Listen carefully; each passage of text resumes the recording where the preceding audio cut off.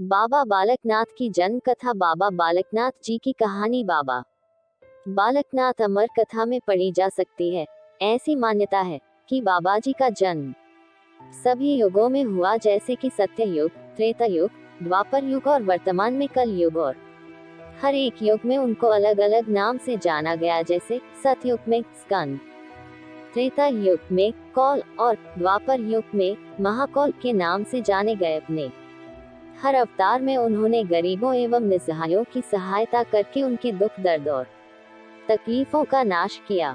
हर एक जन्म में यह शिव के बड़े भक्त कहलाए। द्वापर युग में महाकौल जिस समय कैलाश पर्वत जा रहे थे, जाते हुए रास्ते में उनकी मुलाकात एक वृद्ध स्त्री से हुई। उसने बाबा जी से गंतव्य में जाने का अभिप्राय पूछा। वृद्ध स्त्री को जब बाबा जी की इच्छा का पता चला कि वह भगवान शिव से मिलने जा रहे हैं, तो उसने उन्हें मानसरोवर नदी के किनारे तपस्या करने की सलाह दी और माता पार्वती, जो कि मानसरोवर नदी में अक्सर स्नान के लिए आया करती थी, से उन तक पहुंचने का उपाय पूछने के लिए कहा। बाबा जी ने बिल्कुल वैसा ही किया और अपने उद्देश्य भगवान शिव से मिलने में सफल हुए। बालयोगी महाकौल को देखकर शिव जी बहुत प्रसन्न हुए और उन्होंने बाबा जी को कलयुग तक भक्तों के बीच सिद्ध प्रतीक के तौर से पूजे जाने का आशीर्वाद प्रदान किया और चिरायु तक उनकी छवि को बालक की छवि के तौर पर बने रहने का भी आशीर्वाद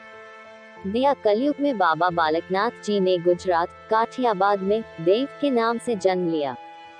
उनकी माता का नाम लक्ष्मी और पिता का नाम वैष्णवेश था। बचपन से ही बाबा जी आध्यात्म में लीन रहते थे। यह देखकर उनके माता पिता ने उनका विवाह करने का निश्चय किया, परंतु बाबा जी उनके प्रस्ताव को अस्वीकार करके और घर परिवार को छोड़कर परम सिद्धि की राह पर निकल पड़े। और एक दिन जूनागढ़ की गिरनार पहाड़ी में उनका सामना स्वामी दत्तात्रेय से हुआ और यहीं पर बाबा जी ने स्वामी दत्तात्रेय से सिद्ध की बुनियादी शिक्षा ग्रहण करी और सिद्ध बने। तभी से उन्हें बाबा बालकनाथ जी कहा जाने लगा। बाबा जी के दो पृथक साक्ष्य अभी भी उपलब्ध हैं, जो कि उनकी उपस्थिति के अभी भी प्रमाण हैं, जिनमें से एक है गरुड़ का पेड़। यह पेड़ अभी भी शाहतलाई में मौजूद है। इसी पेड़ के नीचे बाबा जी तपस्या किया करते थे। दूसरा प्रमाण एक पुराना पुलिस स्टेशन है, जो कि बड़सर में स्थित है, जहां पर उन गायों को रखा गया था जिन्होंने सभी खेतों की फसल खराब कर दी थी। जिसकी कहानी इस तरह से है कि एक महिला जिसका नाम रत्नो था, ने बाबा जी को अपनी गायों की रखवाली के लिए रखा था, जिसके बदले में रत्नो बाबा जी को रोटी और लस्सी खाने को देती थी। ऐसी मान्यता है कि बाबा जी अपनी तपस्या में इतने लीन रहते थे कि रत्नो द्वारा दी गई रोटी और लस्सी खाना याद ही नहीं रहता था। एक बार जब रत्नो बाबा जी की आलोचना कर रही थी कि वह गायों का ठीक से ख्याल नहीं रखते, जबकि रत्नो बाबा जी के खाने पीने का खूब ध्यान रखती हैं। रत्नो का इतना ही कहना था कि बाबा जी ने पेड़ के तने से रोटी और जमीन से लस्सी को उत्पन्न कर दिया। बाबा जी ने सारी उम्र ब्रह्मचर्य का पालन किया और इसी बात को ध्यान में रखते हुए उनकी महिला भक्त गर्भ गुफा में प्रवेश नहीं करती, जो कि प्राकृतिक गुफा में स्थित है, जहां पर बाबा जी तपस्या करते हुए अंतर्ध्यान हो गए थे। बाबा को कोर पीर के नाम से जाना जाता है। जानिए बाबा बालकनाथ जी की दिव्य शक्तियों और उनके धाम की कहानी। हिमाचल प्रदेश में अनेकों धर्मस्थल प्रतिष्ठित हैं, जिनमें बाबा बालक नाथ धाम दियोट सिद्ध उत्तरी भारत में एक दिव्य सिद्ध पीठ है। यह पीठ हमीरपुर से 45 किलोमीटर दूर दियोट सिद्ध नामक सुरम्य पहाड़ी पर है। इसका प्रबंध हिमाचल सरकार के अधीन है। हमारे देश में अनेकानेक देवी देवताओं के अलावा 9 नाथ और 84 सिद्ध भी हुए हैं, जो सहस्त्रों वर्षों तक जीवित रहते हैं और आज भी अपने सूक्ष्म रूप में वे लोक में विचरण करते हैं। भागवत पुराण के 6 स्कंद के 7वें अध्याय में वर्णन आता है कि देवराज इंद्र की सेवा में जहां देवगण और अन्य सहायक थे, वही सिद्ध भी शामिल थे। नाथों में गुरु गोरखनाथ का नाम आता है। इसी प्रकार 84 सिद्धों में बाबा बालकनाथ जी का नाम आता है। बाबा बालकनाथ जी के बारे में प्रसिद्ध है कि इनका जन्म युगों युगों में होता रहा है।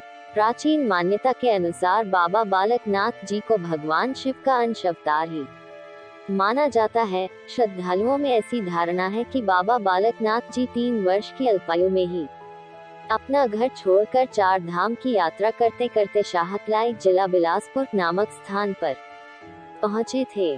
शाहतलाई में ही रहने वाली माई रतनो नामक महिला ने, जिनकी कोई संतान नहीं थी, इन्हें अपना धर्म का पुत्र बनाया। बाबा जी ने 12 वर्ष माई रतनो की गऊएं चराई। एक दिन माता रतनो के ताना मारने पर बाबा जी ने अपने चमत्कार से 12 वर्ष की लस्सी व रोटियां एक पल में लौटा दी। इस घटना की जब आसपास के क्षेत्र में चर्चा हुई तो ऋषि मुनि व अन्य लोग बाबा जी की चमत्कारी शक्ति से बहुत प्रभावित हुए। गुरु गोरखनाथ जी को जब से ज्ञात हुआ कि एक बालक बहुत ही चमत्कारी शक्ति वाला है तो उन्होंने बाबा बालकनाथ जी को अपना चेला बनाना चाहा, परंतु बाबा जी के इनकार करने पर गोरखनाथ बहुत क्रोधित हुए। जब गोरखनाथ ने उन्हें जबरदस्ती चेला बनाना चाहा तो बाबा जी शाहतलाई से उडारी मारकर धौलगिरी पर्वत पर पहुंच गए, जहां आजकल बाबा जी की पवित्र सुंदर गुफा है। मंदिर के मुख्य द्वार से प्रवेश करते ही अखंड धूना सबको आकर्षित करता है। यह धूना बाबा बालकनाथ जी का तीर्थ स्थल होने के कारण भक्तों की असीम श्रद्धा का केंद्र है। धूने के पास ही बाबा जी का पुरातन चिमटा है। बाबा जी की गुफा के सामने ही एक बहुत सुंदर गैलरी का निर्माण किया गया है, जहां से महिलाएं बाबा जी की सुंदर गुफा में प्रतिष्ठित मूर्ति के दर्शन करती हैं। सेव किचन बाबा जी की गुफा पर रोट का प्रसाद चढ़ाते हैं। बताया जाता है कि जब बाबा जी गुफा में अलोप हुए तो यहाँ एक दियोट दीपक जलता रहता था, जिसकी रोशनी रात्रि में दूर दूर तक जाती थी, इसलिए लोग बाबा जी को दियोट सिद्धक के नाम से भी जानते हैं। वर्तमान समय में महंत राजेंद्र गिरी जी महाराज ही सेवा कर रहे हैं। लोगों की मान्यता है कि भक्त मन में जो भी इच्छा लेकर जाए वह अवश्य पूरी होती है। बाबा जी अपने भक्तों की मनोकामना पूर्ण करते हैं, इसलिए देश विदेश व दूर दूर से श्रद्धालु बाबा जी के मंदिर में अपने श्रद्धा सुमन अर्पित करने आते हैं।